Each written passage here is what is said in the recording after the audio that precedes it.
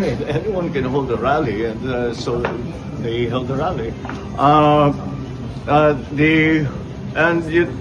Malakas ang loob ko kasi sa buong kasaysayan, ang iglesia, pag nag-rally, kahit napakarami, hindi sila nanggugulo. Sabi na hindi kayo pipi. Tama. Kayo po ay pipi. Napipi na kayo. Wala po kayong sinasabi. Ang sinasabi niyo lang, we know what's going on. We know what's the government's doing. Pero pipi pa rin kayo. Solid! Sama at totoo! Tama. We are one! We are one! We are one! We are one! Informed him if tama ba yung pagkabasa ko, extended until July, tomorrow, di ba? Yan. Extended until tomorrow. At saka medyo madami ng tao, tapos I told him na nag-red alert na. Sabi niya lang, maiksi lang yung sinabi niya. He said, sa mga Pilipino, pagpatuloy niyo yan. So, take it however you think it means. Yes. Good morning mga kasama. Nandito na naman tayo si Kuya Goods nagbabalik. At syempre kung di ka pa nakasubscribe sa ating channel, pasubscribe na lang po at hit mo na rin yung bell para lagi kang updated sa ating mga video. Nakakarindi. Nakakasakit ng loob. Ito ang mga pahayag ng ating mga kaibigan dyan sa nakikisa sa ginagawang peaceful rally ng Iglesia ni Cristo. Bakit kamo, Kuya Goods? Tignan nyo binawi ho ang permit ng INC rally. Bakit? Hindi natin malaman sa dahilan kung ano man yung dahilan nila. Alam nyo naman kung sino yung ano dyan. Maka ano yan. Himod din yan, himod. Diba? Palagi natin nakikita yan kung sino yung nakaupo ngayon dyan sa Quezon City. Himod yan, himod. Binawi ho ng Quezon City Government ang permit na inilabas para sa rally ng Iglesia ni Cristo sa EDSA. Matapos manong magdulot ito ng matinding abala sa publiko at lumabag sa kasunduang mananatili lamang sa White Plains Avenue. Iginiit ng lungsod na ginagalang nito ang karapatan sa mapayapang pagtitipon, ngunit hindi ito dapat makasagabal sa kapakanan ng nakararami. Tapos na ang karera mo. Hindi ka na ho mananalo. Alam nyo naman ang boto. Pag alam ng eleksyon, lumalapit kayo sa iglesia. Tama? Ngayon sa ginawa nyo, sigurado wala na ho kayong boto. Expect nyo na yan. Kung sino ho tatakbo sa 2028 at kakalabanin itong nakaupo ngayon dito, tumakbo na ho kayo. Sigurado talo na. Dahil, bakit tignan mo ang Maynila ngayon? 'Di ba? Ano yung anunsyo? Pinagbigyan pa ho Bakit? Ang kagandahan, hindi ko naman ho kinakampihan. Kung sino nakaupo dyan sa Maynila, sinuspindi pa ho niya ang klase para lang dito sa gagawing kasi lilipat ho ng pwesto ang mga INC at yung mga iba-ibang tao na yung gustong gawin ang peaceful rally. Sinuspindi ho pa ho, di ba? Anyway, wala talaga tayong aasahan. Pagkampon, pagkampon ka talaga ng mga dorobo, ganyan ang mangyayari. Gipitan ang laban. Pero, sabi ko nga sa inyo, hindi naman ho magtatapos sa ganto-ganto lang. Diba? Ano ho ang kagustuhan? Lilipat ho sila ng area. At Tatay Digong ho, nagsalita na. Sa pamamagitan ng kanyang anak na si Madam Kitty Duterte, inihag ho, all the way from The Hague, sinusuportan ho ni Tatay Digong ang nangyayaring malawakang peaceful rally ng Iglesia ni Cristo. Ang patunay dyan, Kuya Goods, totoo ba? Pero bago natin pasadaanan lahat ng mga balita ngayon, andyan po yung join button, pumundit na. At sa dulo ng ating video, syempre hindi naman ho tayo magtatapos hanggat hindi ko kayo nasa-shoutout. Kaya komento, damihan nyo pag-komento, baka ho natatabunan. Simulan natin, rekta na tayo. Hindi ho takot. Ayan ang kanyang pahayag. Nasa Canada. Bakit ka pumuntang Canada? Ano meron sa Canada? Special trip ba yan? O business trip? Nagtatanong lang ho kami. Baka ho nagkataon na nakita nyo na naglalabasan na ho ang taong bayan at sige, alis, alis, alis, alis. Para saan? Eh, naglalabasan na ho ang milyon-milyong Pilipino. Kasi doon sinasabi ng mga stream media, kokonti lang daw ang dumarating. Wow. Ayaw nyo na nga magbalita eh. Napupulahan na nga kayo eh. Diba? Ayaw nyo ibalita kung ano nangyayari, kung di pa sa mga vloggers at yung mga maaasahang stream media, doon lang ho, sumasandal ang ating mga kababayan. Ngayon, sino ba yung nasa Canada at anong meron? Bakit ang sabi niya, sabi niya dito, hindi raw ho siya natatakot. Bakit daw? How concerned are you with the ongoing rally in EDSA? I'm sorry? How concerned are you with the ongoing rally in EDSA? What do you make out of their motivation behind the rally? Well, anyone can hold a rally, and so they held a rally. Malakas ang loob ko kasi sa buong kasaysayan, ang iglesia, pag nag-rally, kahit napakarami, hindi sila nanggugulo. And that for me was the main concern that somebody might get hurt. Ang problema lang namin is that merong impormasyon na siyempre merong mga mag-infiltrate, mag-agitate. Yun ang inaalala namin. Yung pinaka-importante sa amin, walang masaktan. Either tiga-iglesia or kung sino man na mapunta ron na manggulo. So let's just keep everything stable and peaceful. And so far it has been. So I thank everybody involved for keeping it safe for everybody else.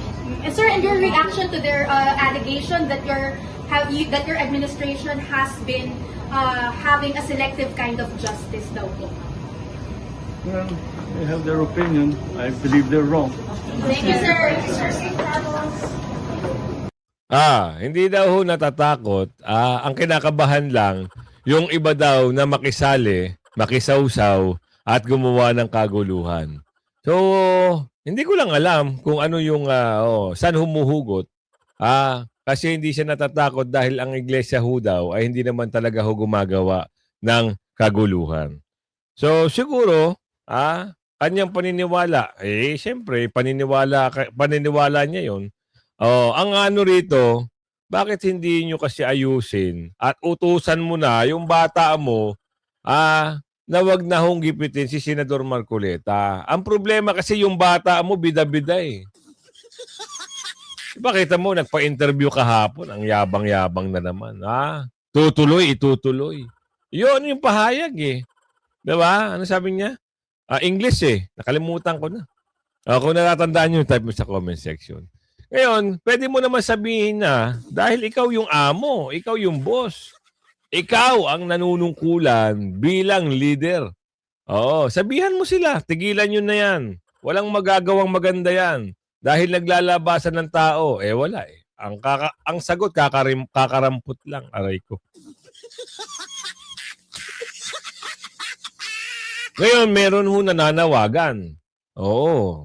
Itong hindi ko alam ang pangalan. DDS Forever ang kanyang pangalan eh.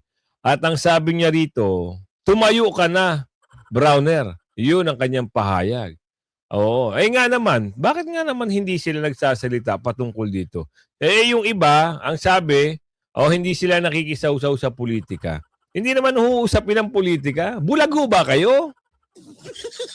Yung iba kasi nagbibida-bidaan, wala daw silang partisan, non-partisan daw sila. Tama naman ho. Pagdating sa politika. Pero itong nakawan, bulag-bulagan pa rin ho ba kayo? Nagtatanong lang ho kami. Diba? Hanggang ngayon, kung nagbubulag-bulagan pa rin kayo, wow, paldo. Baka napadalhan o nadeliveran na, di umano. Kaya ang Ali, naghayag ho ng kanyang damdamin, tumayo ka na. Aasan ka at tumayo ka at manindigan ka kung nasaan ka man.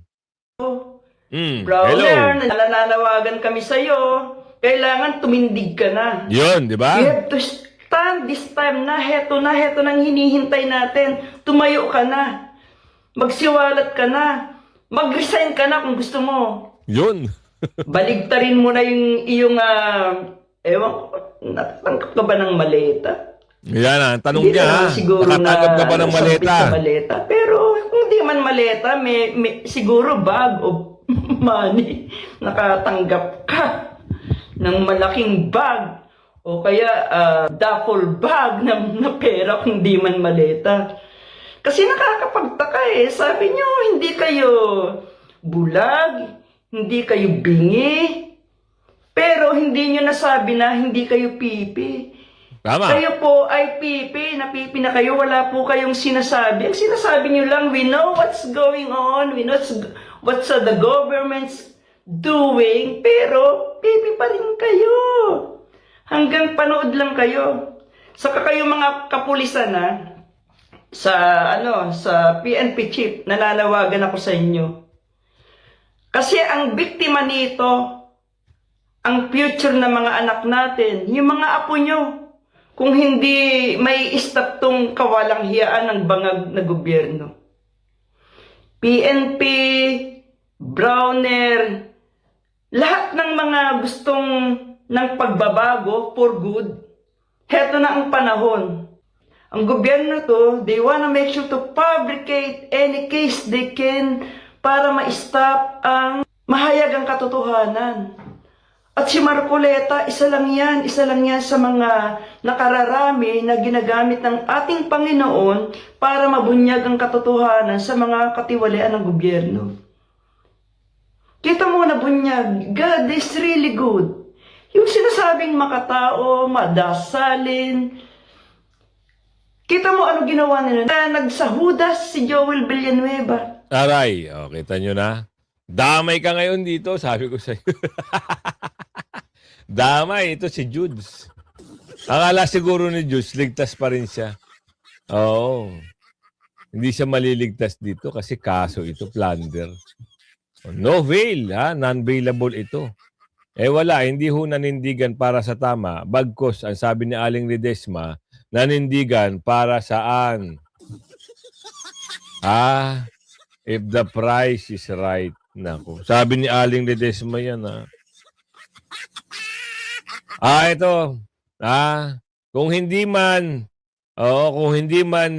matutuloy sa EDSA Shrine o sa People Power Monument, itong peaceful rally, ay meron ho continuation ito. Itutuloy ho ito sa Liwasang Bonifacio. Naku, malapit na sa Malacanang yan, Oo, medyo palapit na ng palapit. Oo. Di ba? Palapit na ho ng palapit. Hindi ho ba kayo nagtataka? Huwag magtaka. Oo. Road advisory. Nagbigay pa ng road advisory si Yorme. Hindi niya ho ito Ang Liwasang Bonifacio sa inyong pagkakaalam, sa kaalaman ng iba, yan ho talaga ang pinagdadausan ng mga rally-rally. Ngayon, bakit hindi pinigilan ito ni Yorme? Alam niya naman kung ano yung pinaglalaban. Alam niya naman ho kung ano yung inanaing ng taong bayan. Pero sa puntong ito, siyempre, hindi naman na muna natin kakampihan kung ano yung stand dito ng mga mayor. Pero sa Quezon City, aray mo. Di mo na lang sana, wala naman yung amo mo, nasa Canada naman, di sana. Inanom mo na lang muna. Inignore mo na muna yung utos, di umano. Diba, isipin nyo, wala naman yung amo niya. Kaso ang problema, kinansila ho yung rally, yung permit.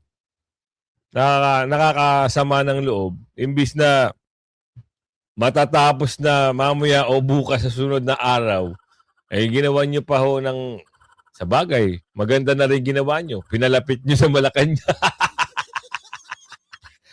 Miss Cathy Binag, alamin natin kung kanyang punto rito Kaya yung punto, kung ano yung gustong ipahayag o hinayag niya na rito.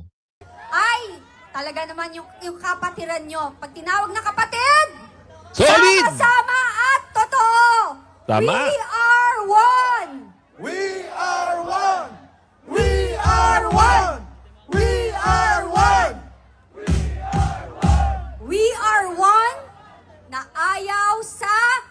daya. We are one na ayaw sa magnanakaw at mga sinungaling at abuso sa posisyon na pinahiram na temporary lamang sa Tama, kanila ng mga tama. Pilipino. Hindi tayo dapat matakot sa kanila. Dahil tayo ang amo nila. Ang tax ng bayan ang nagpapasweldo sa kanilang lahat. Tayo ang inaapi nila samantalang sila natutulog sa mga komportabling bahay, di aircon, kumakain ng masasarap na pagkain. Pero ang mga ordinaryong mamamayang Pilipino, minimum wage earner, hirap na hirap. Magkano isang kilo ng bigas ngayon? 50, di ba? 60. Okay. Magkano minimum wage? 500. Pucha, sorry. Sorry guys. Alam ko bawal. Bawal, Pero bawal, Hindi ka no? nakakapagpigil eh. So, 500, isipin mo wala pang 10 kilo ng bigas. Di ba? Ano? 635. 95. Let's say, 10 kilos. Sa isang kilo, ilan nakakakain? 5? 3? Oh my gosh, 3 yung iba, 5. Grabe, no? Mantakin nyo. Oh. Ngayon may balita ho, dahil sa pagkansela ng permit, yung iba hong kababayan natin, ilabas ko na muna kay Miss Cathy Binag. Ma'am, eto ho, meron na ho ditong lumabas na video na talaga namang hong magugulat ho kayo. Kasi yung iba ho ay nasa nasa Maynila na ho.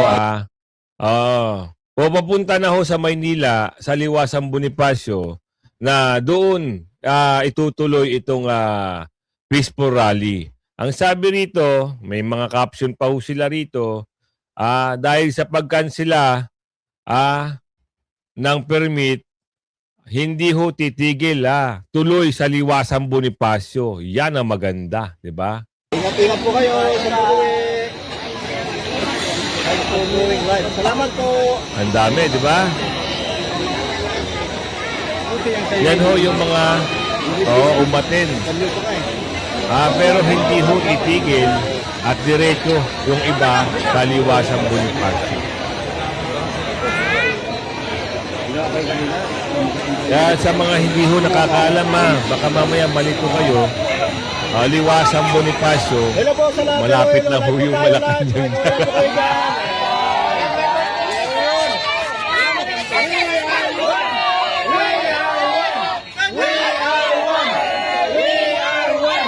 Ano wala kayong makikitang pagod, galit sa mukha ng mga ito, bagkus masaya, at gusto nilang ilabas lang ang katotohanan. Huwag niyong gipitin si Senador Marcoleta, yan ang sinasabi ko sa inyo. Diba? Huwag niyong gigipitin. Ang totoong tao, na gusto lang ilabas kung ano yung mga ginagawang pandodorobo. Diba? Pandodorobo kasi, kagaya sabi ni Ma'am Cathy Binag, mga magnanakaw sa kabanang bayan. Di ba? Maraming magnanakaw dyan. Oo, kampi-kampihan niya mga yan. Dito tayo, lipat tayo ngayon dito. Binatikos, ang biyahe. Bakit nga naman nagpunta ka ng Canada? Meron ho nangyayaring, anong tawag dito? Ayun. May mga nangyayaring bagay-bagay sa Pilipinas, 'di ba? Baka nakatunog na raw, sabi ni Aling Ledesma. Biyahe ng Pangulong Bongbong sa Canada sa gitna daw po ng panawagang aksyonan ng korupsyon na sinisigaw ng pagtitipon sa People Power Monument. Binatikos daw po. Bakit? Balita, ihatid po sa atin Eden Santos. Then, Ang problema natin, hindi siya matitigtahan. Yes, Kuya Jen and Kuya Nelson, binatikos nga ni Sagip Party List Representative Paulo Marcoleta ang biyahe ni Pangulong Ferdinand Marcos Jr. sa Canada. Yan ay mula ngayong araw, July 1 hanggang July 4. Ayon kay Kong Marcoleta, galit na galit ang ating mga kababayan sa matinding korupsyon at pag-abuso sa kapangyarihan ng mga nasa pamahalaan. Patunay ang pagkilos ng mga mamamayan mula sa iba't ibang sektor ng lipunan na narito ngayon sa EDSA People Power Monument. Idiniin ng kongresista na sa halip na aksyonan kasi at harapin ng Pangulo ang problema ay mas pinili nito na takasan at magtungo sa ibang bansa. Narito ang karagdagang pahayag ni Senator Paulo Marcoleta. Kung anong mukhang ipapamukha niya doon. Habang nagkakagulo dito, mayroon pa siyang mukha na umarap sa mga banyaga doon. Diba? Dapat inaayos niya yung domestic problem siya dito sa ating bansa. Tama nga naman. Diba? Isipin nyo ano yung naharap niya doon? Napapanood ng ating mga kababayan at mga karatig bansa kung ano yung nangyayari dito. Ano nga naman mukha ang ihaharap niya? Makapal. Sabi ni Aling Mirna, makapal talaga. Ang sagot nga kanina doon sa isang video, di ba? Hindi siya natatakot. Hindi siya kinakabahan. Oo, bakit lumipad? Sabi ni Aling Marie. Oo, di ba? Statement. Iba't ibang grupo. Suportado ang rally. Totoo naman ho, iba't iba hong grupo. Katoliko, kapatid na Muslim. Oo, andyan na ho. At nasa EDSA. Ngayon, dahil sa takot siguro na dumami pa ng dumami, pinakancel siguro yung permit. Kaso hindi naman ho makaka-apekto yan kung kinancel nila yung permit. Meron mga lugar pa.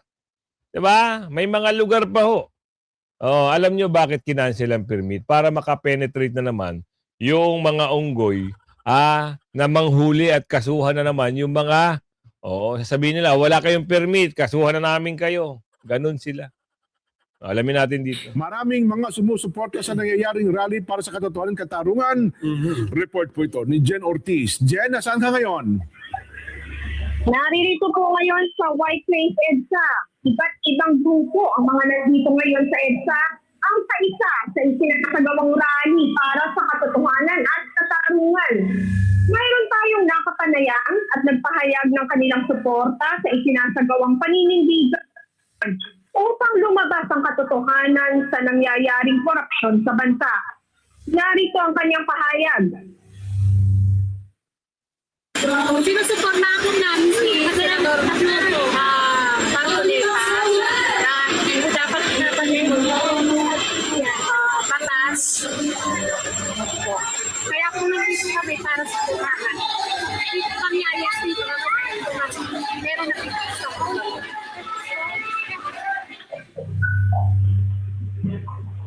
Nakita rin namin ang tinatawag na Duterte Riders Team na Yan, namimigay ng dami, pagkain sa mga nakikipagkaisa sa pagtitipong ito.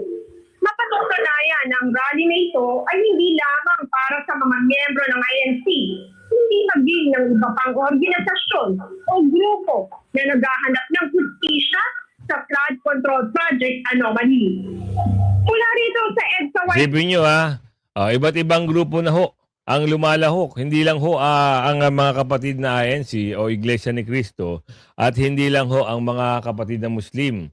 Mga ordinaryong tao, Kristiyano at iba't ibang individual. Meron din mga may mga posisyon sa gobyerno, yung mga retired na mga kasundaluhan at pulis.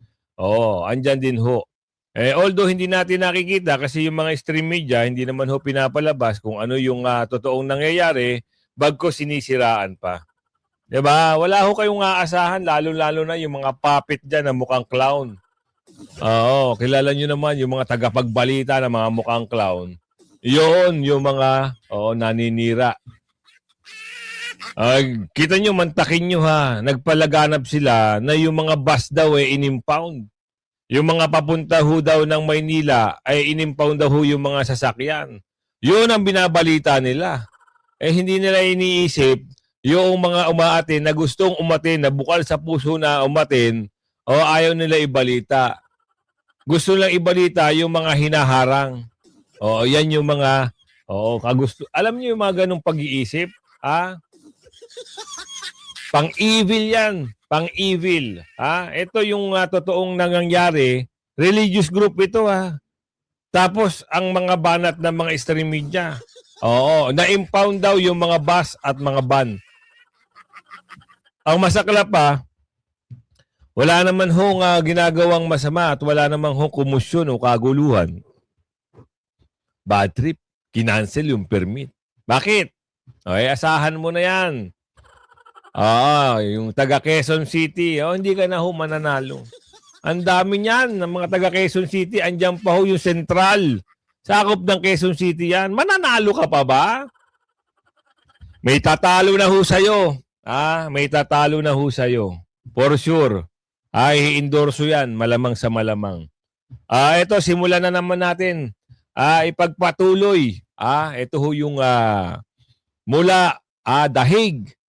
Oo. All the way from Dahig. Tatay Digong, suportado ho ang nangyayari ngayon sa ating bansa. Itong peaceful, malawakang rally ng Iglesia ni Cristo. Veronica, At hindi lang Iglesia ni Cristo, ating mga kababayan na sumusuporta dito sa malawakang peaceful rally. Kamusta ka today, Kit? Good afternoon, Vin. This visit, I think, was unlike the other visits. There was an incident in the DU, but I'd rather not further elaborate for his privacy. Pero konsumisyon, yun ko atong tawhana kay perting gahia sa ulog yun. So, medyo nagkaano kami doon. Pero okay lang naman siya. In the end, he was fine. Ito pala, kanino na lang to? Sino may gusto nito? Iyahan na, wala na kaon. He's okay. Nagka-problema lang siya. And then after we solved his problem, naghingi na siya ng balita sa Pilipinas. Is there something na sinabi mo sa kanya about sa nangyari sa Pilipinas that you can share with us also? So, yesterday I informed him of the protests in EDSA. Yan Then today I informed him if tama ba yung pagkabasa ko, extended until July, tomorrow. Diba? Yan. Extended until tomorrow. At saka medyo madami ng tao. Tapos I told him na nag-red alert na. Sabi niya lang, maiksi lang yung sinabi niya. He said, sa mga Pilipino, pagpatuloy niyo yan. So, take it out however you think it means. Yun yung sinabi ni PRRD. Kasi sa abuso nila sa atin, darating yung panahon na mapupuno talaga yung Pilipino. So, ipagpatuloy nyo yan. Yan yung sabi ni PRD. Nice. Meron ba kayong question, guys? Salamat po, Tatay Digong, at salamat, Madam Kitty. So ngayon, maliwanag kung ano ho ang mensahe mula sa Dahig. Ipagpatuloy nyo yan. Means, alam nyo naman kung ano yung ipagpatuloy. Suportado ni Tatay Digong. Although hindi natin nakikita personally sa kanyang salita, sa pamamagitan ho ni Madam Kitty, alam na natin kung ano yung stand. Siyempre naman, kailangan natin talaga. At especially, kailangan po natin maging matatag dahil itong ginagawa ng ICC, alam naman natin yan. Pero may katapusan ho din yan. Huwag ho kayong mag-alala. Dahil hindi naman ho natutulog ang nasa itaas. Alam ho ng nasa itaas kung sino ang gumagawa ng kadarobohan at panggigipit.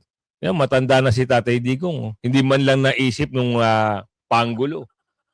Diba? Kaya darating ka din dyan. Kung ano yung pinaranas mo kay Tatay Digong, baka maranasan mo rin daw, di umano. Diba?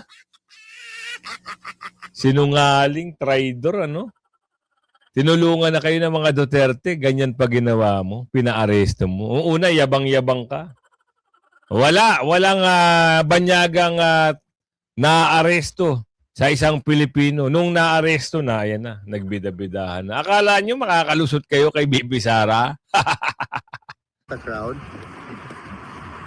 Wala question, classmates.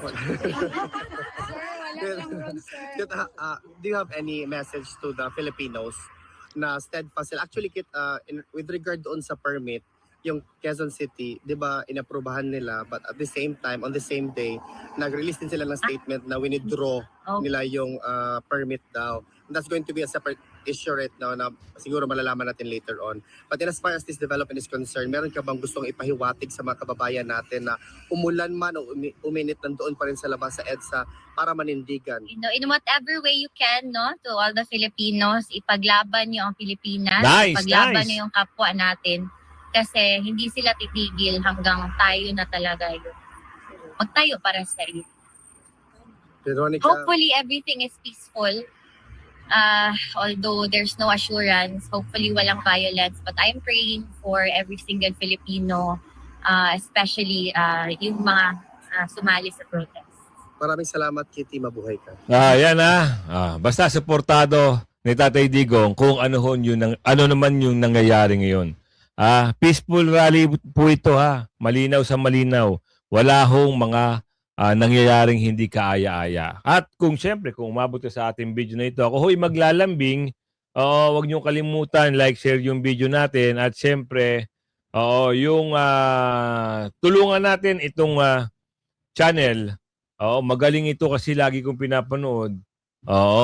Tulungan natin ito. Subscribe mo siya, si Mang Banat. Ayan lang, ayan lang kanyang YouTube channel. Ayan, medyo okay na, nadadagdagan, pero i-share nyo rin yung kanyang video. Si Mang Banat, nakita nyo ba? Ayan ang kanyang channel, Mang Banat. Hanapin nyo lang po at lalabas yan. At siyempre, dito tayo sa shoutout segment natin. Makinig ho kayo, baka isa na kayo sa nasa shoutout natin. Mula kay Roman Rodriguez, shoutout po sa iyo. Lagi na nanunood sa California, LA. Vicente Butasco, Busaco, shoutout po sa iyo, idol. Shoutout po sa iyo, Sir Vicente Busaco Alright, mula kay Mama Candidas Shelbinger. Yan, shoutout po sa iyo Elisa Carriaga, shoutout po. Fadel Bokbo, shoutout po sa iyo. Norman Bautista, shoutout po sa iyo. June Cipriano, shoutout po sa iyo. Charit Bahado, shoutout po sa inyo. Marilyn Nilagan, shoutout po. Sino pa? Sinaida Cruz, shoutout po sa iyo. Lani Mandam, shoutout po. Sino pa to? Noni Perez, shoutout po sa iyo. Edas, shoutout po sa iyo. Dodong 5, D5, shoutout po sa iyo. Iyata Move Games, shoutout po. Mary Ann De Leon, shoutout po sa iyo. Danilo Asyong, shoutout po. Catherine Ramos, shoutout po sa iyo. Billy Abaya, shoutout po sa iyo. Girly Asidilo, shoutout po sa iyo. Jovita, shoutout po sa iyo. Jimmy Howe, shoutout po sa inyo. Raul Katamko, shoutout po. Johnny Boy, shoutout po sa iyo. Marites Mando, shoutout po sa iyo. Matilde Baclayon, shoutout po sa iyo. Imherson Brandes, shoutout po. Willie Santiago, shoutout po. Jeng Almuete, shoutout po sa iyo. Girly Asedilo, shoutout po sa iyo. Fidel, shoutout po sa iyo. Darren Channel 2065, shoutout po sa iyo. Maylen Dumikit, shoutout po sa inyo. Bonifacio de Guzman, shoutout po. Lawrence Vasquez, shoutout po. Johanna Miranda, shoutout po sa iyo. Ichin Benito, shoutout po. Simeon Rosales, shoutout po. Forrest 24 Gump, shoutout po sa iyo. Dante Jane, shoutout po. Jongil, shoutout po. Michael Lion, shoutout po. Orais Deo, shoutout po.